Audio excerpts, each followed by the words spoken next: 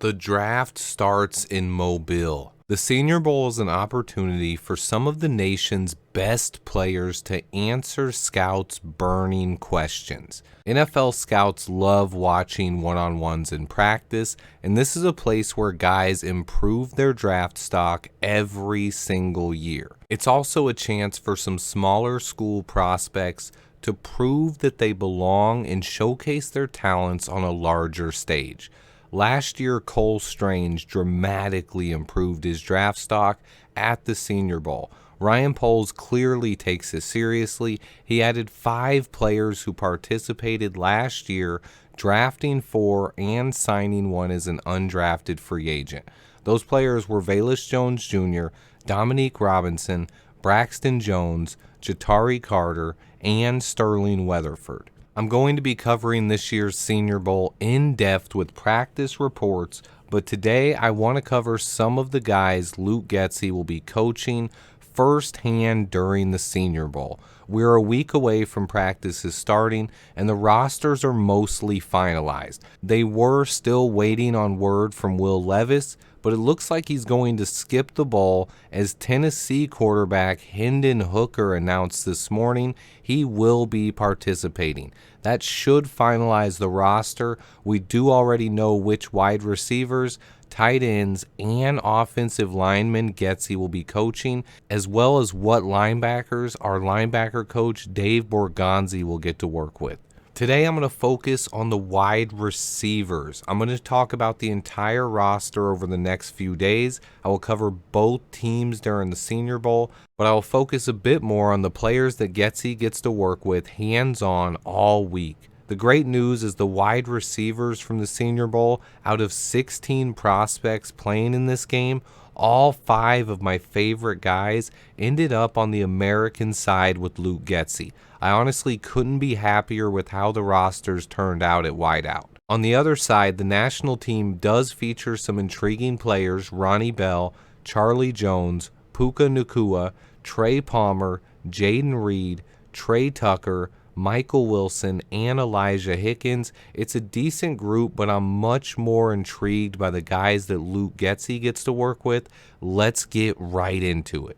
I don't know if Getsy had a hand in choosing the rosters, but it's clear that this group's receivers have a ton of talent. The first guy I want to talk about is SMU standout Rashee Rice. This is not Jerry Rice's son, but sometimes he looks like it on film. He's 6'2", 200 pounds, a very fluid athlete that should catch Ryan Poles' attention.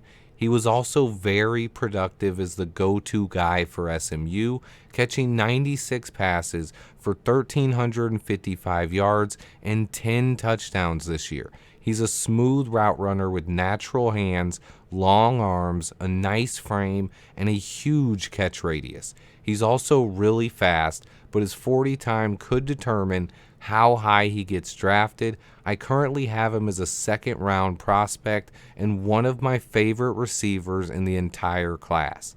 I love that Luke Getsy gets to work with him for an entire week, but there are other intriguing receivers as well. Next up is Iowa State standout Xavier Hutchinson, who had 107 catches, 1,171 yards, and 6 touchdowns this year. He is a big-bodied, 6'3", 205-pound target who has the size and length to be a dependable option in the passing game. He is very physical and dynamic with the ball in his hands. He's another fluid athlete whose college tape reminds me a lot of N'Keal Harry with the ball in his hands. He's currently projected to go day 2 or day 3, depending on his combine performance. Those two are just the tip of the iceberg, though, as Getsy gets to work with more than a handful of talented receivers. The next guy I want to talk about is Ole Miss's next big receiving prospect, Jonathan Mingo. He's 6'2", 225, and had 51 catches for 861 yards and 5 touchdowns this year. Mingo is an impressive physical specimen who will impress Getsy with his blocking skills and catch radius. He also has the ability to take the top off defenses. He's had some issues staying healthy, but if he runs a good 40 time, he could shoot up draft boards. He's another day 2 to 3 pick as well. Now we get to Houston's former track star, Nathaniel Dell, nicknamed Tank. He is a home run hitter who comes in at 5'10", 165 pounds. He caught 109 passes for 1,400 yards and 17 touchdowns this year. He is blazing fast and a threat to score every time he touches the ball. He will be a weapon in the NFL despite his size. I have concerns about his route tree and ability to play outside in the NFL.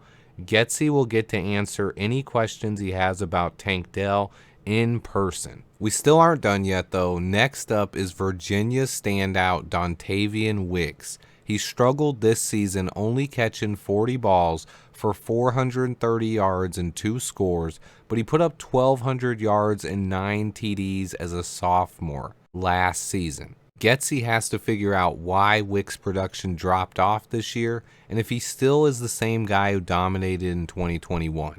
Wicks is 6'2", 208 pounds, and could be available on day 3 of the NFL draft. Then we get to Princeton's track star who appeared on Bruce Feldman's freak list, Iosivas. He's 6'3", 200 pounds with long arms and a nice frame. He has good hands and blazing speed. He had 66 catches for 943 yards and 7 TDs this year, showing a knack for big plays. He didn't look like much of a hands catcher in his highlight reels, so like Getsy, I will be watching if he looks like a natural hands catcher during his time down in Mobile. Those are 6 very intriguing day 2 to day 3 draft prospects that Luke Getsy will get to work with hands-on. I legitimately expect us to draft one of these receivers. I'm pretty confident that we draft 2 or 3 players who participate in this year's Senior Bowl. But no position stands out more than receiver. The edge rusher class is pretty nice as well. I'll be back tomorrow covering the rest of the roster overall, but I wanted to touch on these receivers, especially since we know Luke Getsy has a penchant for developing wideouts. It's yet another reason to not give up on Chase Claypool or Velus Jones Jr. either. There are 2 other guys on the American squad that Getsy will get to work with that I also wanted to talk about. The last 2 are probably more likely to be late round picks unless they tear up the combine, but let me cover them quickly. First up is South Alabama standout Jalen Wayne. After the Cowboys drafted Jalen Tolbert out of South Alabama last year, Wayne's trying to make it back-to-back years by joining him.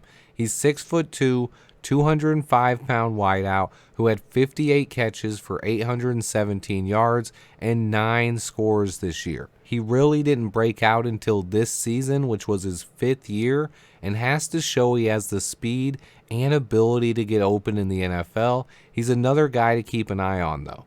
And then the final receiver Getsy gets to work with at the Senior Bowl is TCU's Darius Davis. He was overshadowed by Quentin Johnson, but he's shown some playmaking ability of his own. He's 5'10", 175 pounds. He caught 42 passes for 531 yards and 5 touchdowns this year. He's another guy who really didn't do much until his 5th season.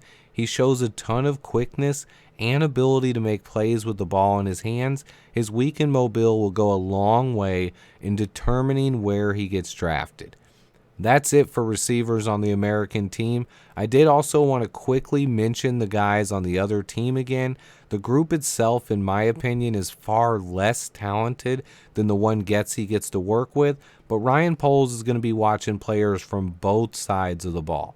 The national team features more mid to late round talent, in my opinion, than the day 2 talents like the American squad, but there are still some guys to keep an eye on.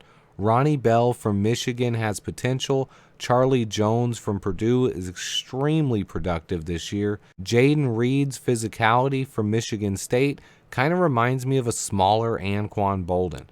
The bottom line is this year's Senior Bowl features a ton of talent at the wide receiver position.